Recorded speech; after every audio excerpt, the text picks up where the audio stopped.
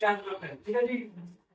तो हम लोगों ने पिछली क्लास में पढ़ रखा था गोरखनाथ हरिनाथ साहित्य और जैन साहित्य, ठीक है जी। तो अगर हम लोग थोड़ा सा रिवाइज कर सकता है कि पिछली क्लास में क्या क्या चला था, तो अगर बात किया जाए जैन साहित्य की बात की जाए, जैन साहित्य, तो जो जैन साहित्य की भाषा थी तो कौन सी भाषा थी?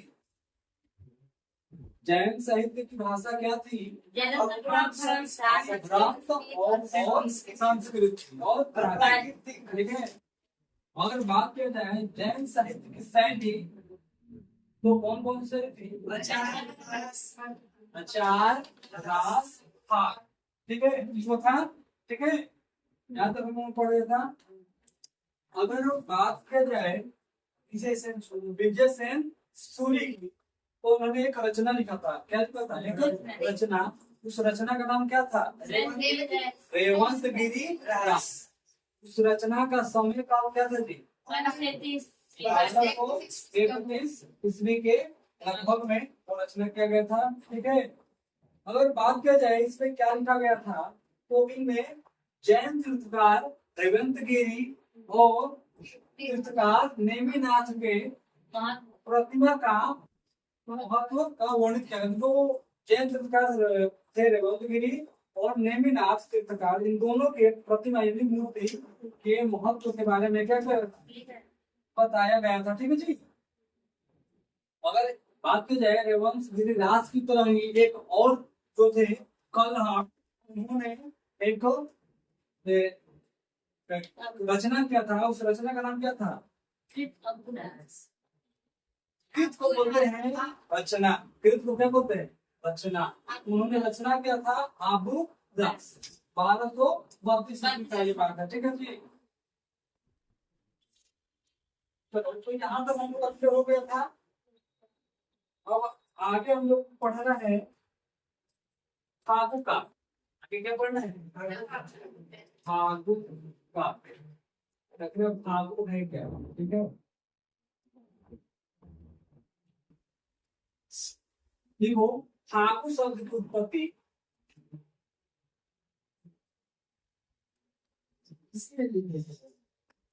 फागु में पॉइंट अल्फा।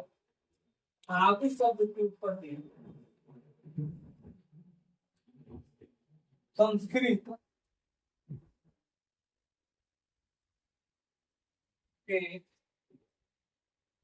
फाल्गुन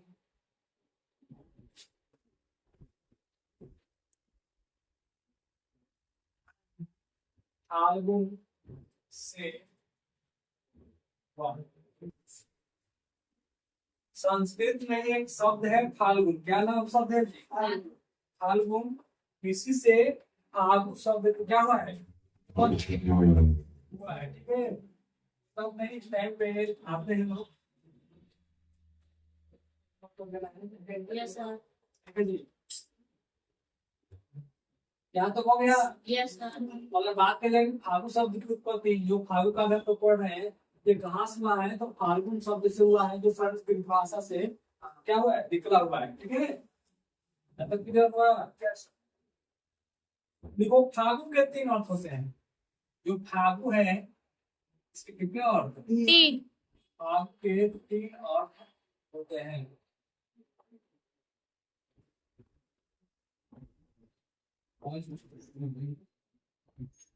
फागु के 3 अर्थ, ठीक है।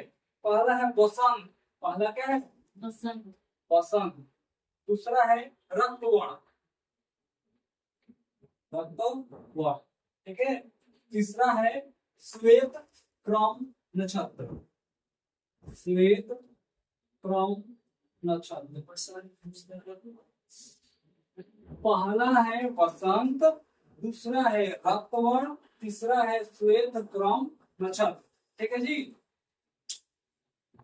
यहाँ तक की हुआ। देखो अगला पॉइंट, फागु काव्य।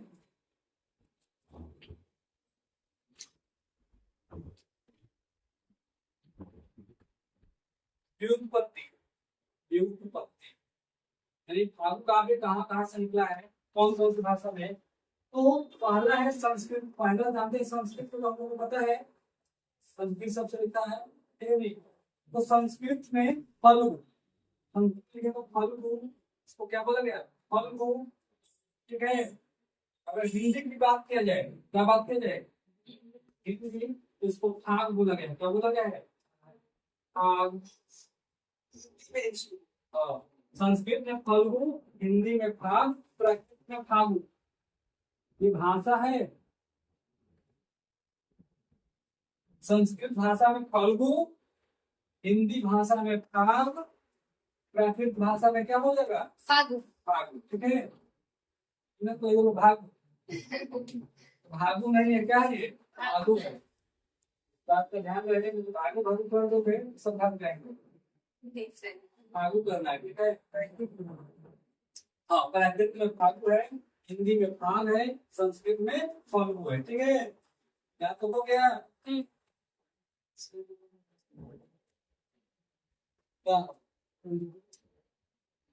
देखो, फागु काव्य का अर्थ, अगले पॉइंट देखो, फागु काव्य का अर्थ।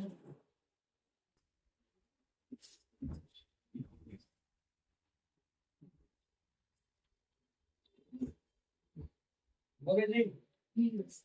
वसंत ऋतु का काव्य, तो क्या होगा? वसंत ऋतु का काव्य, ठीक है। ये तो वसंत ऋतु होते हैं जी, 4 ऋतु है, 4 मौसम होता है ना, तो उसी में से आता है वसंत ऋतु, ठीक है। क्या बोलेंगे? वसंत ऋतु का काव्य, ठीक है। यहाँ तो बोल गया इसको। हाँ, तो चलो, अगर पूछा जाए तो फागु, फागु काव्य का अर्थ क्या बताओगे? वसंत ऋतु का काव्य। समझा रहे हैं?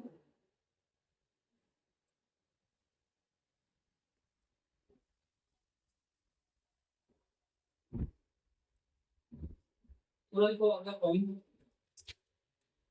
फागु काव्य परंपरा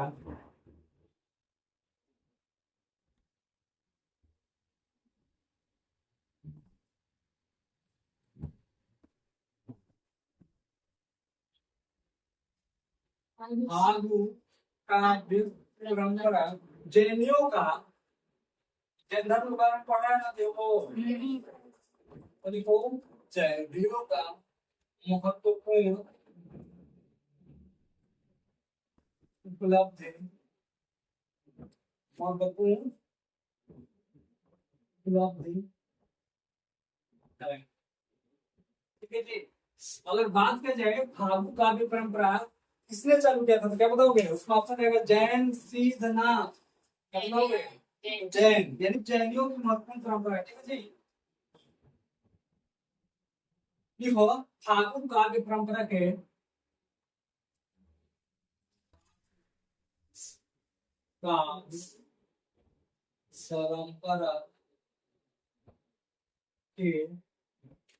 परंपरा के सर्वाधिक प्राचीन ग्रंथ,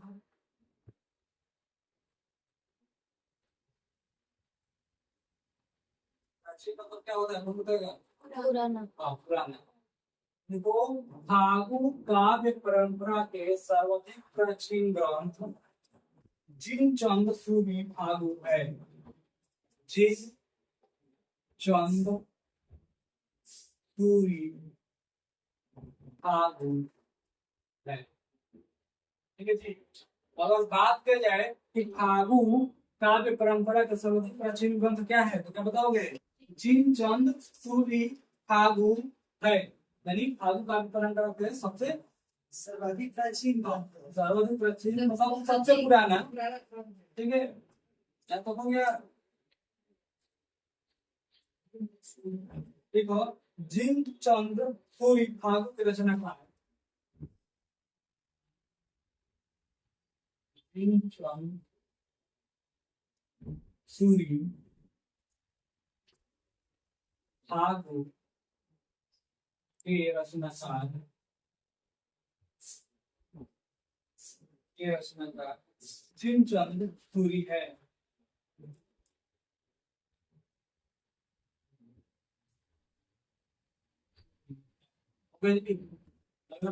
इसमें हाँ, तो कोई अपने नाम से रचना नहीं कर सकता है, कर ही सकता है, तो थोड़े कोई अपने नाम से रचना नहीं करता है, हम लोग करते हैं अपने नाम से रचना। ठीक है, देखो इसमें कुल 25 छंद शामिल है।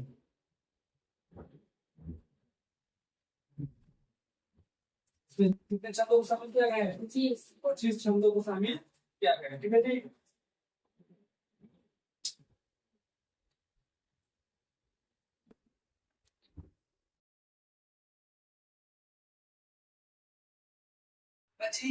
पच्चीस छंद शामिल है। ठीक है,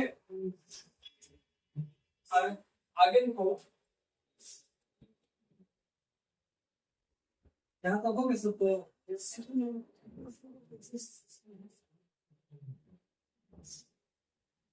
आगे देखो, वसंत विलास फागुन, वसंत विलास फागुन, ठीक है जी, में कुल 84 छंद शामिल हैं। अब संस्कृत नहीं होने की 25 किसमें है? 84 किसमें? ठीक है, हाँ फागु का भी पढ़े हैं ना हम लोग, तो सब जगह पर यही है। ठीक है,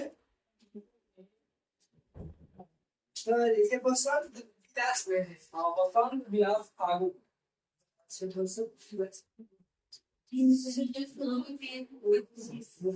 में 84 छंद शामिल है, जिसमें बसंत विलास फागु।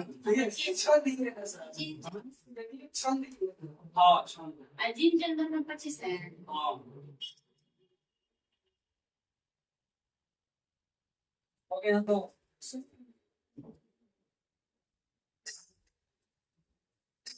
देखो अगला पॉइंट, वसंत विलास फागुन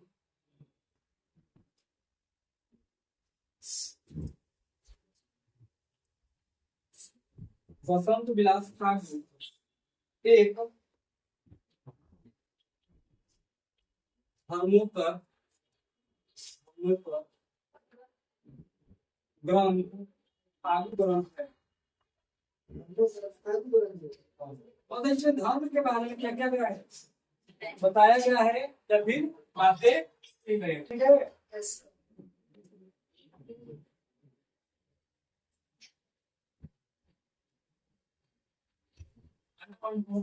जैन कवियों ने जैन कवियों ने फागु ग्रंथ भी लिखे हैं। ग्रंथ नहीं, फागु काव्य, जैन कवियों ने फागु काव्य भी लिखे हैं। ठीक है, अच्छा फागु फागु आ रहा है, इससे कुछ फील नहीं हो रहा है क्या? फागु फागु है क्या? फागु मतलब फगुआ, फगुआ जो होली का सीजन आता है, बसंत उसी को बोलते हैं जो फरवरी खत्म होता है, जो मार्च स्टार्ट होता है, तो बसंत। हाँ, तो फागु मतलब वही बात हो रही है, उसी सीजन की बात हो रही है। ठीक है जी, तो देखो फागु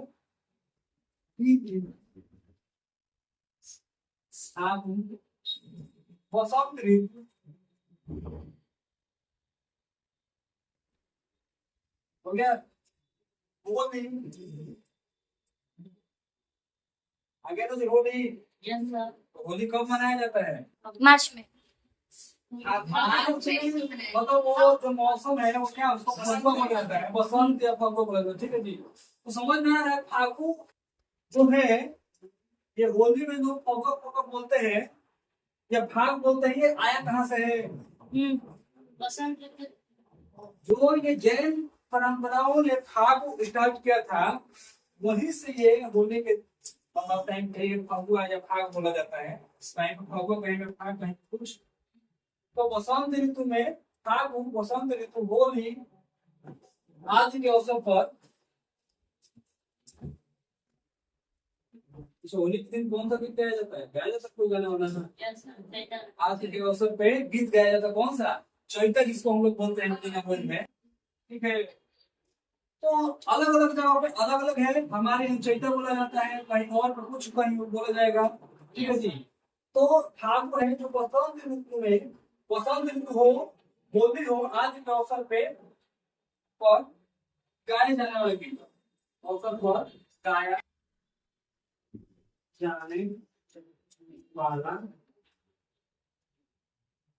तो देखो लोग फगुआ, जब तक फगुआ आता है तब तक लोग क्या करते हैं, हाँ, जो जिसका मन को अपना लिए चैतन्य गाया जाता है।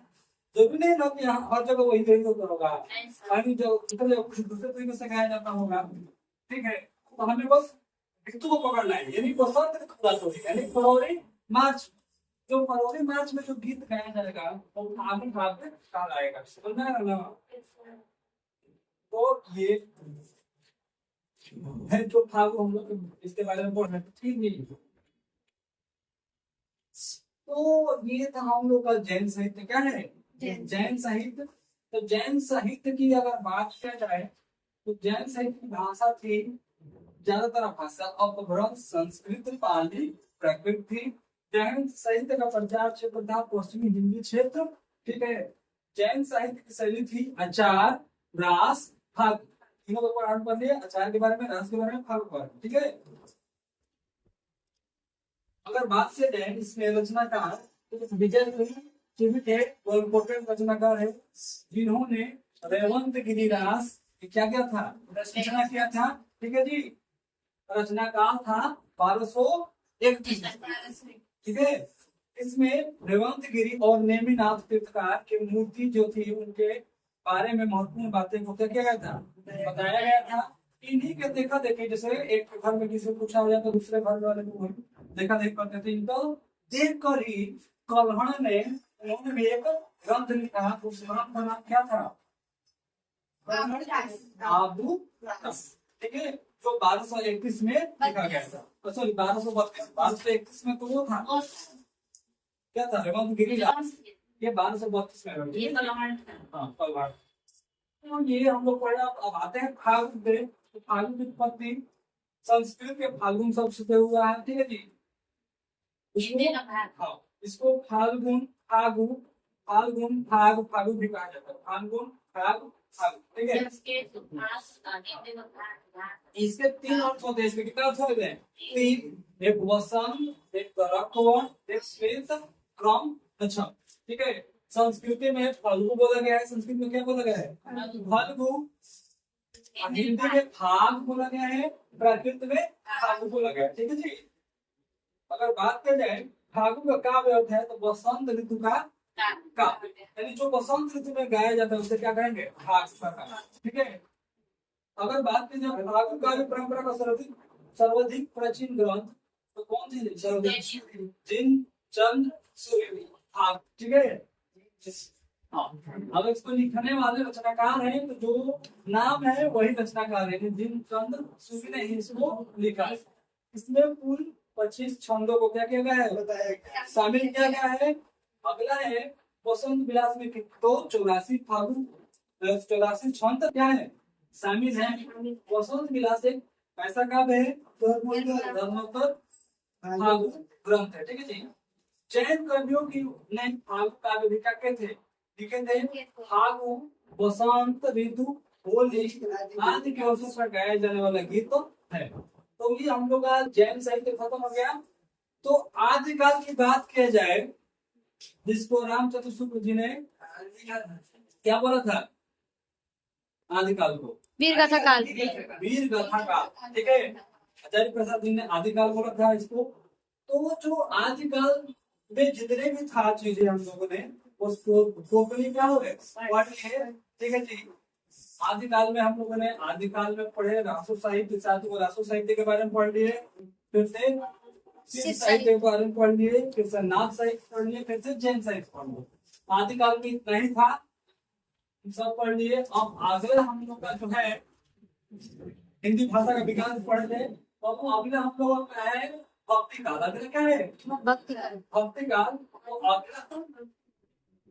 अगला टॉपिक हम लोग का होगा भक्ति काल का। क्या होगा, भक्ति काल। तो भक्ति काल के बारे में पढ़ेंगे। ठीक है जी, तो हम लोग जब भी क्लास होगी तो कहाँ से स्टार्ट होगा?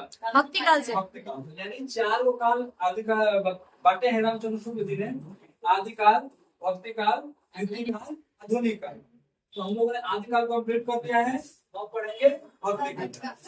तो आज क्लास यहीं पर खत्म कर दी जाती है, अगले दिन चलेगा भक्ति काल।